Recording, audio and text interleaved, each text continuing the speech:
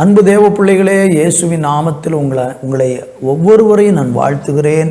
நம்முடைய ஆண்டவரை நாம் எல்லாரும் சேர்ந்து ஒரு பாடலை பாடி தேவனை துதிக்கலாம்.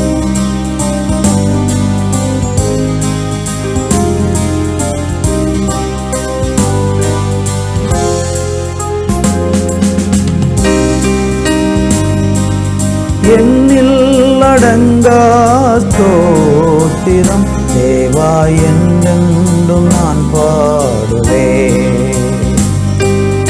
எண்ணில் அடங்கா ஸ்தோத்திரம் தேவா என்றென்றும் நான் பாடுவேன்.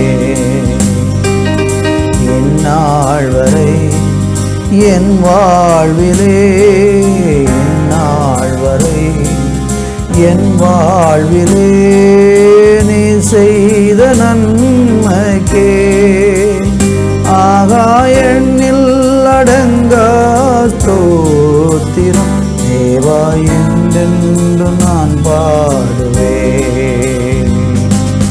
வானாதி வானங்கள் யாவும் அதின் கீழுள்ள ஆகாயமும், வானாதி வானங்கள் யாவும் அதின் கீழுள்ள ஆகாயமும், பூமியில் காண்கின்ற யாவும் கர்த்தாவுமை போற்றுதே. ஆகாயெண்ணில் அடங்கா ஸ்தோத்திரம் தேவா என்றென்று நான் பாடுவேன். எண்ணில் அடங்கா ஸ்தோத்திரம் தேவா என்றென்றும் நான் பாடுவேன்.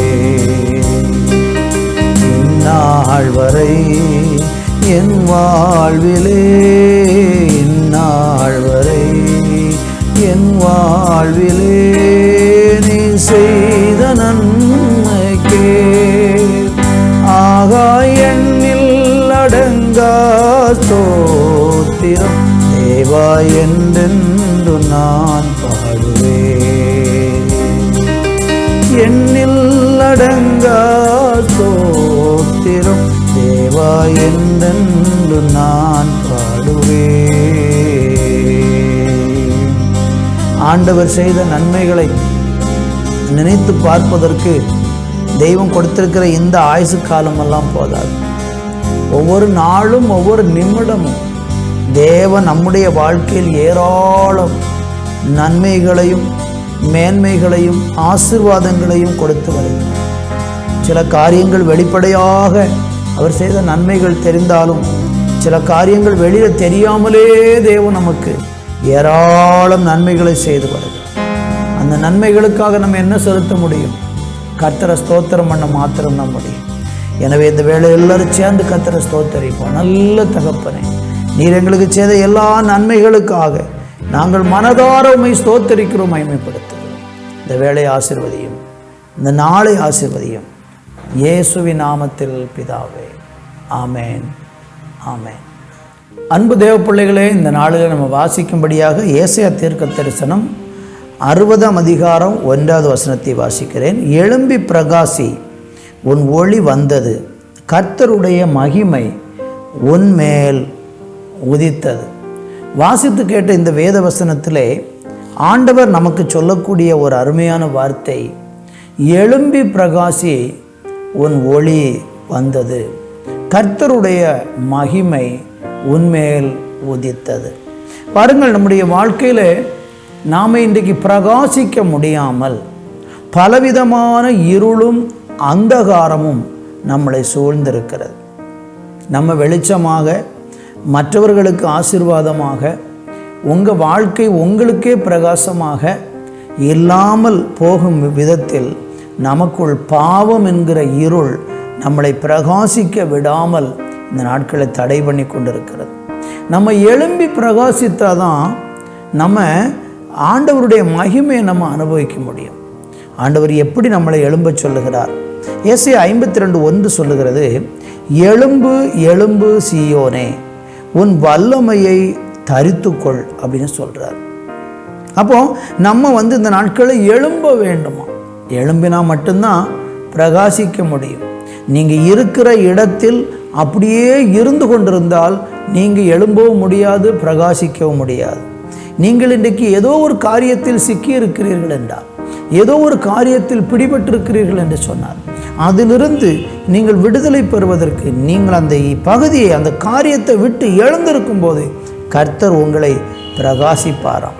அதிலே 2வது வசனம் சொல்லுகிறது, ஏசாயா 52:2, தூசியை உதறிவிட்டு எழுந்திரு என்று சொல்கிறார். தூசி நம்மளை பிரகாசிக்க விடாமல் இருக்கிற காரியம் என்ன? தூசி. எப்படி? என்ன தூசி? பாவம் என்கிற அழுக்கு, பாவம் என்கிற அருவருப்பு நம்மளை அப்படியே சூழ்ந்திருக்கிறதுனால நம்மளால் எழும்பவே முடியலை. எழும்பணும்னு ஆசை உண்டு, ஆனால் எழும்ப முடியலை.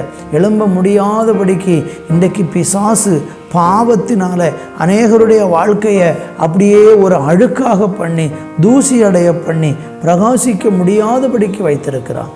இன்றைக்கு இயேசு கிறிஸ்துவின் நாமத்தினாலே அந்த பாவ வல்லமைகளை, பாவத்தின் கட்டுகளை எல்லாம் உடைத்து கொண்டு இயேசு கிறிஸ்துவின் நாமத்தில் நீங்கள் வந்தால் நிச்சயமாக ஆண்டவராகிய தேவன் உங்களை விடுதலையாக்குவார்.